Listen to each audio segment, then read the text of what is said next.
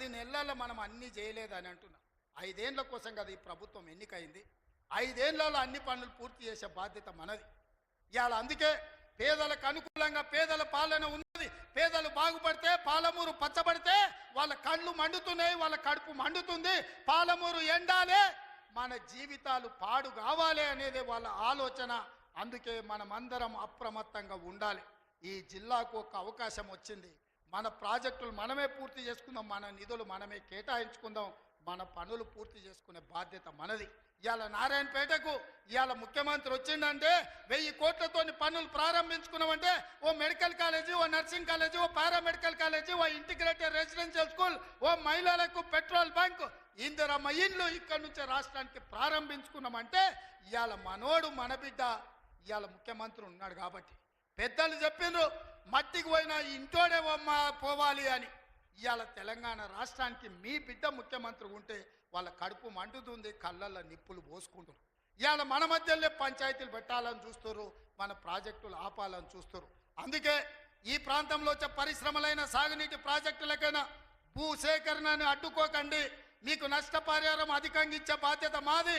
మీరు కొత్త ప్రాజెక్టులు, కొత్త భూములు కొనుక్కోండి, కొత్త ప్రాజెక్టులు కట్టుకోండి. 10 లక్షలు కానీ అవసరమైతే భూములు పోయేటోళ్ళకి 20 లక్షల రూపాయలు ఇప్పించే బాధ్యత నాది.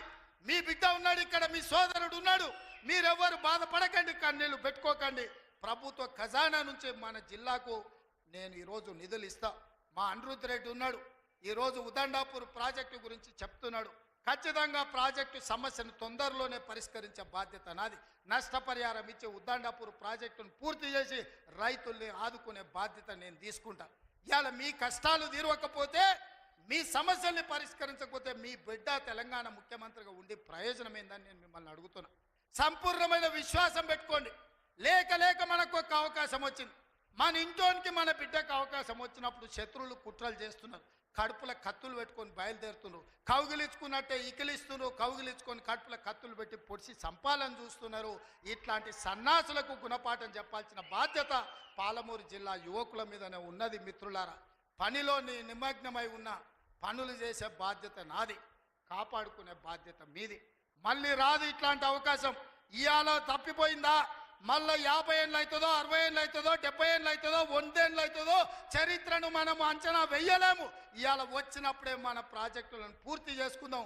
పాలమూరును పూర్తి చేసుకుందాం, కల్వకుర్తిని పూర్తి చేసుకుందాం, భీమా, నెట్టంపాడు, కోల్సాగర్ను పూర్తి చేసుకుందాం, మక్తల్, నారాయణపేట, కొడంగల్ ప్రాజెక్టును పూర్తి చేసుకుందాం. కొడంగల్లో పరిశ్రమలు తెద్దాం, మన ప్రాంత నిరుద్యోగ సమస్యని పరిష్కరిద్దాం. మీరందరూ అండగా నిలబడాలి. ఈ ప్రాంతాన్ని అభివృద్ధి చేసే బాధ్యత నాది. మళ్ళొకసారి సూటిగా కిషన్ రెడ్డి గారికి, బండి సంజయ్ గారికి, కేసీఆర్ గారికి, కేటీఆర్ గారికి నేను సవాల్ విసురుతున్నా.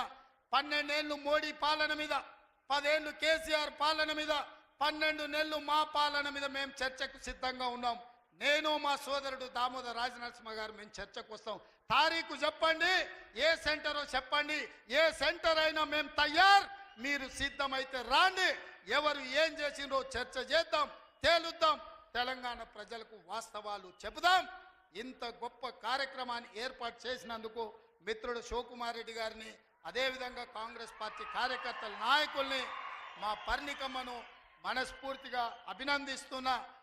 రాబోయే రోజుల్లో స్థానిక సంస్థల్లో కూడా మనం మన బలాన్ని నిరూపించాలి.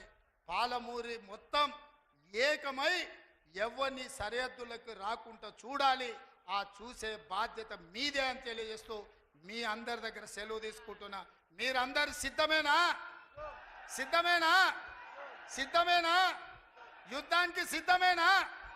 సిద్ధమేనా? సిద్ధమన్న వాళ్ళందరూ చేయి పైకెత్తండి. జై కాంగ్రెస్, జై జై కాంగ్రెస్. ధన్యవాదాలు మిత్రులారా.